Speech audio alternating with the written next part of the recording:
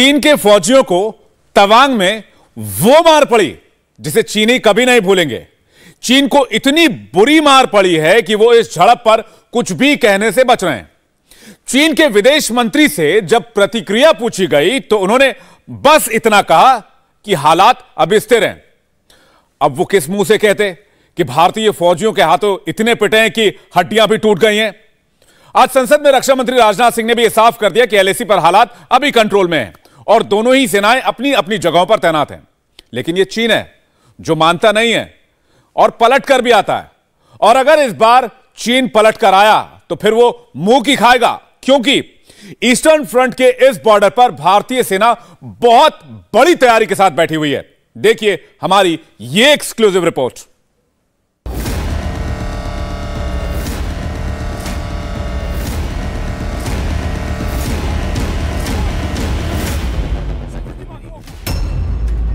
भड़की हुई जनता, गिरती अर्थव्यवस्था, इंटरनेशनल घेराव, ताइवान से तनाव और भारत अमेरिका का सैन्य अभ्यास।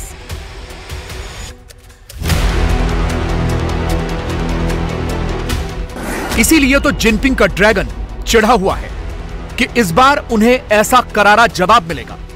वो तो शायद ये सोचकर आए थे कि गलवान की तरह ही इस बार भी भारत चुप रहेगा, लेकिन भारत के सैनिक पहले से तैयार थे। इसीलिए तो प्रचंड शौर्य दिखाकर ड्रैगन का घमंड चूर चूर कर दिया। पहले आप भारत के सैनिकों के शौर्य की यह कहानी जरा विस्तार से समझिए। भारत और चीन के सैनिकों के बीच यह झड़प अरुणाचल प्रदेश के तवांग सेक्टर के यांगत्से इलाके में हुई है। बताया जा रहा है कि 9 दिसंबर की सुबह 3 बजे चीन के सैनिक भारतीय इलाके में दाखिल हुए। बताया जा रहा है कि चीन के सैनिक 300 से ज्यादा की संख्या में आए थे। उनके हाथों में लाठी डंडे थे। भारत के सैनिक पहले से तैयार बैठे थे। जैसे ही ये घुसपैठ हुई, तुरंत भारतीय सैनिकों ने भी जवाबी कार्रवाई की।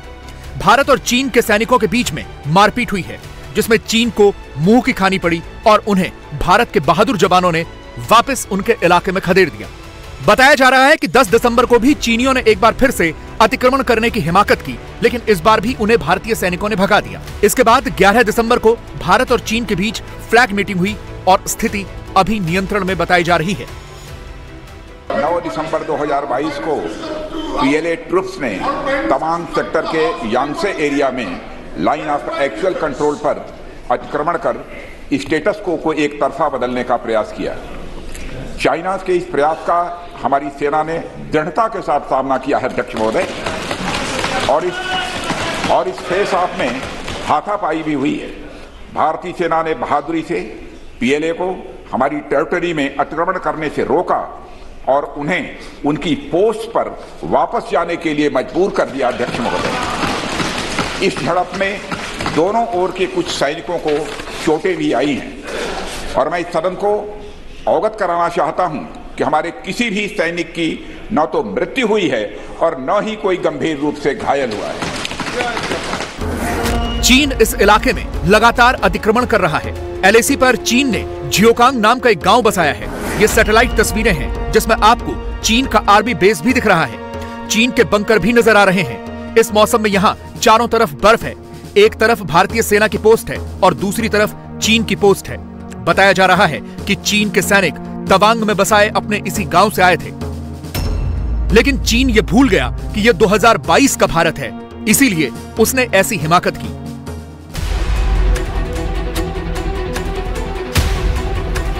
लेकिन जहां भारत और चीन के सैनिकों की यह झड़प हुई, वो इलाका कैसा दिखता है? जहां यह झड़प हुई वहां कैसे भारतीय सैनिक पहले से तैयारी करके बैठे थे? और अगर ड्रैगन ने आगे कोई और गुस्ताखी की तो उसे किस तरह से करारा जवाब मिलेगा? सवाल यह है कि भारतीय सैनिकों ने चीन के सैनिकों का मुकाबला कैसे किया?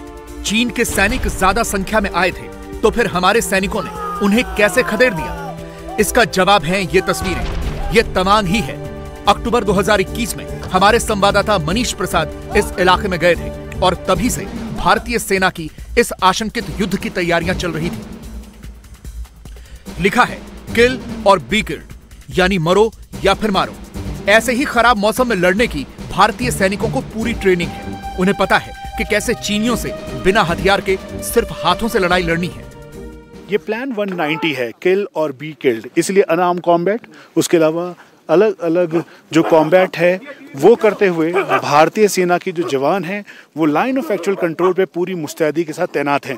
और इसीलिए इस समय एक साथ प्लान 190 इंडिया टीवी आपको लाइन ऑफ एक्चुअल कंट्रोल से भारतीय सेना की दमखम पूरा अनआर्म्ड कॉम्बैट के तौर पर दिखा रहा है। आपने तस्वीरें देखी कि जब फेस ऑफ हुआ तो चाइनीज़ पीएलए भारतीय सेना के साथ ठीक इसी तरीके से अनआर्म्ड कॉम्बैट करते हुए नजर आए। हालांकि वेपन था, चाहे चाइनीज़ पीएलए के पास हो या फिर भारतीय सेना के पास, उसके बावजूद भी अनआर्म्ड कॉम्बैट बेहद ज़रूरी है। और यही वजह है कि प्लान 190 के तहत भारतीय सेना का हर एक जवान हर दिन इससे पूरी तरीके से इसके लिए ट्रेंड होता है और फिर मुस्तैदी के साथ अपनी ऑपरेशनल कैपेबिलिटी के साथ ही लाइन ऑफ एक्चुअल कंट्रोल के अलग अलग लोकेशन पे जाता है। किसी भी जवान के लिए जो लाइन ऑफ एक्चुअल कंट्रोल पर यहाँ पर है, जो अनआर्म्ड कॉम्बैट को डेली देख रहा है, रूटीन में देख रहा है, उसके अलावा फिटनेस और मेंटल हेल्थ बहुत ज़रूरी है।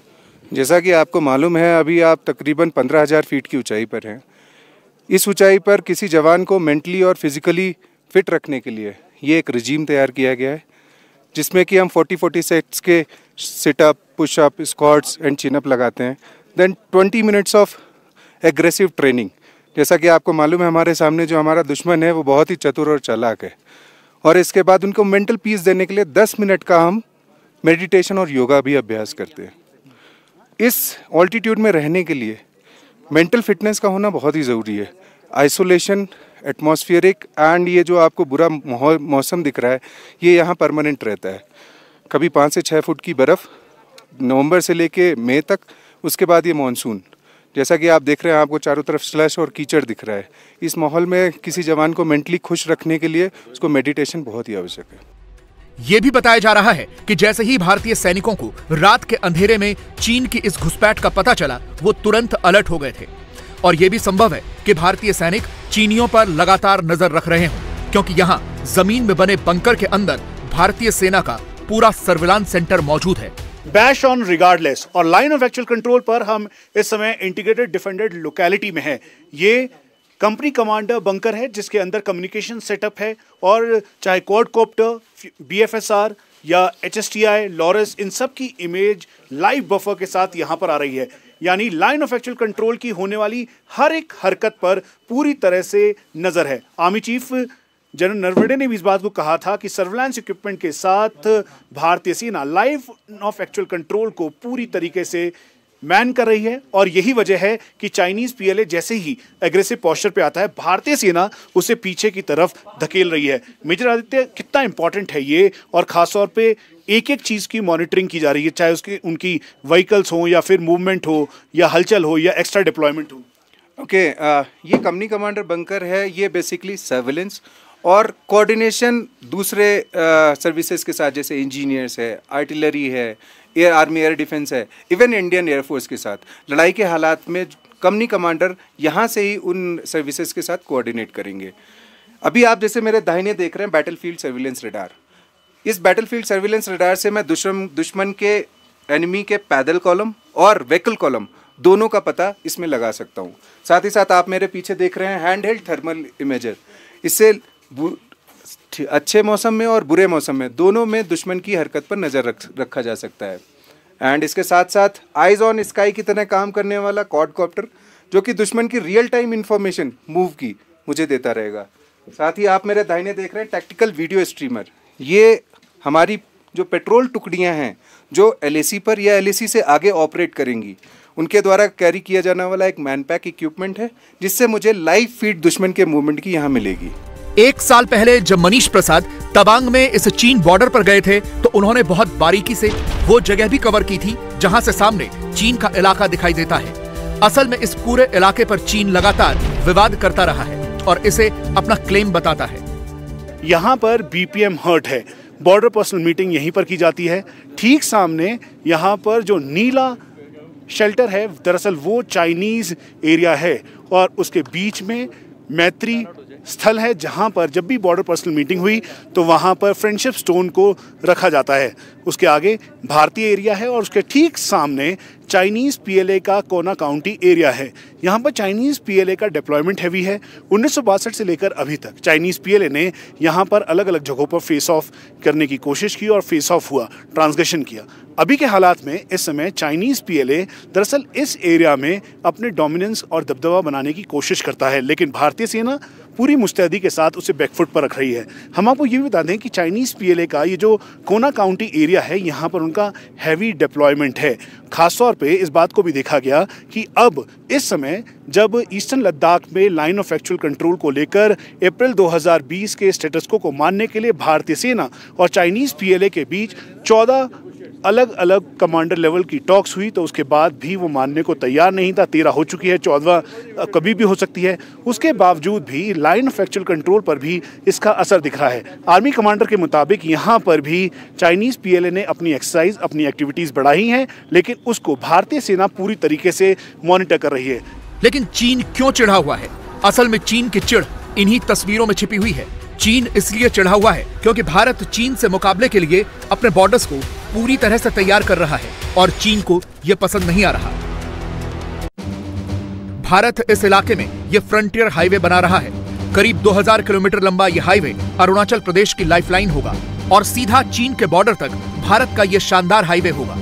साल 2019 में भारतीय रक्षा मंत्री राजनाथ सिंह तवांग के उस पोस्ट पर गए थे जहां से चीन की सीमा बस कुछ ही किलोमीटर दूर थी। चीन को भारत की यह तरक्की पसंद नहीं आ रही है क्योंकि चीन ने अपनी तरफ के इलाके में बड़ा इंफ्रास्ट्रक्चर खड़ा किया हुआ है। चीन बॉर्डर पर इस हाईवे का निर्माण BRO और नेशनल हाईवे अथॉरिटी मिलकर कर रहे हैं। सेना की तरफ से उन्हें लॉजिस्टिक सपोर्ट दिया जा रहा है। हाईवे के साथ साथ तवांग में चीन बॉर्डर तक जाने वाली सड़क का लगातार चौड़ीकरण हो रहा है ताकि युद्ध के हालात में भारतीय सेना अपना साजो सामान आसानी से ले जा पाए। रोड मॉडर्नाइजेशन के तहत बॉर्डर रोड ऑर्गेनाइजेशन और ministry of highway and transport ने तय किया कि लाइन ऑफ एक्चुअल कंट्रोल जाने वाले सभी रास्तों को पूरी तरीके से मॉडिफाइड और इक्विप्ड किया जाए।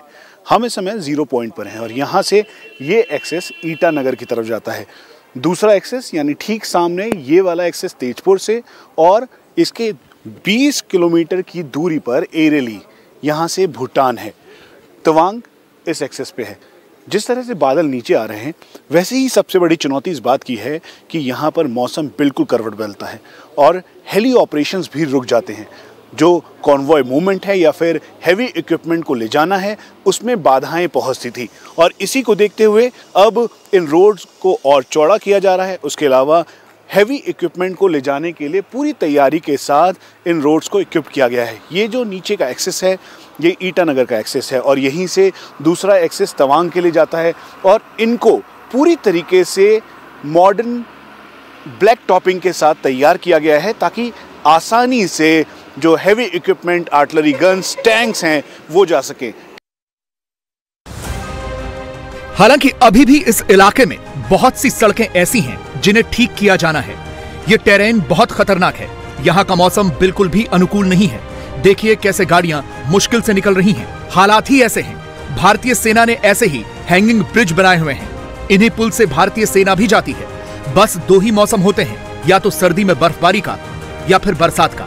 नवंबर से मई तक बर्फबारी और मई से अक्टूबर तक ऐसे ही बारिश और भयंकर ठंड। लेकिन इसके बावजूद भारतीय सेना यहां लगातार युद्ध अभ्यास करती रही है। आज से 3 साल पहले जब रक्षा मंत्री राजनाथ सिंह भी तवांग गए थे तो उनके सामने भी भारतीय सैनिकों ने ऐसे ही अपना शौर्य दिखाया था। इस ईस्टर्न बॉर्डर पर भारतीय सेना की तैयारी हर वक्त रहती है क्योंकि सामने चीन जैसा खतरनाक और चालाक दुश्मन है जो कभी भी पलटवार कर सकता है। ये भारतीय सेना का गॉड ऑफ वॉर है। लॉक एंड की कही जाने वाली ये आर्टिलरी रेजिमेंट इस समय अलग अलग जगहों पर डिप्लॉय है। हाल ही के दिनों में K9 वज्र टी और साथ में मेरे ठीक पीछे M777 अल्ट्रालाइट होविट्जर को भारतीय सेना की आर्टिलरी रेजिमेंट में इंडक्ट किया गया। आने वाले समय में अटैक और साथ में धनुष भी इस बेड़े का हिस्सा होगी। दरअसल इसकी इंपॉर्टेंस इसलिए भी बढ़ जाती है कि M777 ultralight howitzer BAE system और महिंद्रा के साथ अब यहीं पर बनाया जा रहा है और इसकी रेंज करीबन 31 किलोमीटर इफेक्टिव है।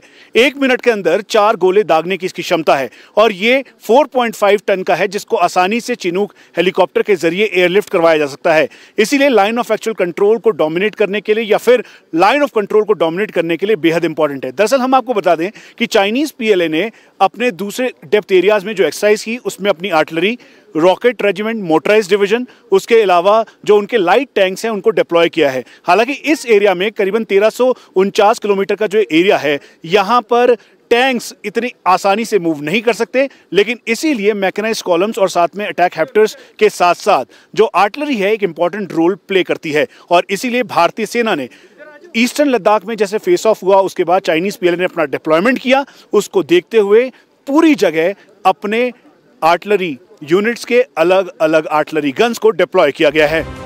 इस बॉर्डर पर चीन को जवाब देने के लिए सिर्फ ऐसी तोपें ही तैनात नहीं हैं, बल्कि भारत ने अपनी आर्टिलरी का बड़ा जखीरा भी जमा किया हुआ है और लगातार ऐसी एक्सरसाइजेज होती रहती हैं, क्योंकि यह कहा जाता है कि जितना पसीना बहाओगे उतना कम खून बहाना पड़ेगा। ये लाइन ऑफ एक्चुअल कंट्रोल पर भारतीय सेना का वो दमखम है जिसे दिखाना बहुत जरूरी है। हम इस समय लाइन ऑफ एक्चुअल कंट्रोल पर हैं और ठीक सामने इस समय भारतीय सेना की एक मैनूवर ड्रिल और एक्सरसाइज है, जिसके जरिए डिपिक्ट किया जा रहा है कि अगर भारतीय सेना अगर अनफेवरेबल कंडीशन हो, चाइनीज पीएलए अगर कहीं से भी कोई मिस एडवेंचर करने की कोशिश करे तो उसे पूरा जवाब दिया जा सके। इसीलिए जो ट्रेंचेस हैं उसके अंदर से भारतीय सेना के जवान अलग अलग लोकेशंस पर एंटी टैंक गाइडेड मिसाइल, उसके अलावा जो 6 और 7.62 और जो बाकी वेपन सिस्टम आर्टिलरी गन्स हैं उसके साथ पूरी तरीके से इक्विप्ड है। दरअसल यही इस एक्सरसाइज का मकसद भी है। दरअसल ये एक्सरसाइज कितना इम्पॉर्टेंट है तब जब मिस एडवेंचर की गुंजाइश बहुत होती है और ख़ासतौर पर जो जवान है उसको पूरे तरीके से अलर्ट रखना है। इस फॉर्मेशन का मुख्य मुद्दा है नो योर ग्राउंड। जब तक आप अपने ज़मीन को नहीं पहचानेंगे किस हालातों में हमें लड़ाई करना है, तब तक आप दुश्मन का सामना नहीं कर सकते। इसीलिए जवानों को एग्रेसिव ट्रेनिंग और ख़राब माहौल में भी दुश्मन से लड़ने के लिए हमेशा तैयार रखने के लिए ही ये डेमोन्स्ट्रेशन किया जा रहा है, ताकि जवानों को पता चले कि दुश्मन के कॉलम किस तरह मूव होंगे। जैसा अभी आपने देखा, हमने टैंक टारगेट को एक मिलिट्री व्हीकल से डिपिक्ट किया। इसी तरह ही एक्चुअल हालात में भी दुश्मन के टैंकों को बर्बाद करने के लिए हमारी anti tank guided missiles fire की जाएंगी। तवांग में भारत और चीन के सैनिकों की झड़प के बाद इंडियन एयरफोर्स ने अरुणाचल सीमा पर जंगी उड़ानें भी शुरू कर दी हैं। चीन को उसी की भाषा में जवाब देना जरूरी है जिसकी पूरी तैयारी है। इंडिया टीवी हर वक्त हर जगह डाउनलोड करने के लिए सर्च करें India TV news Google play store या ऐप स्टोर पर।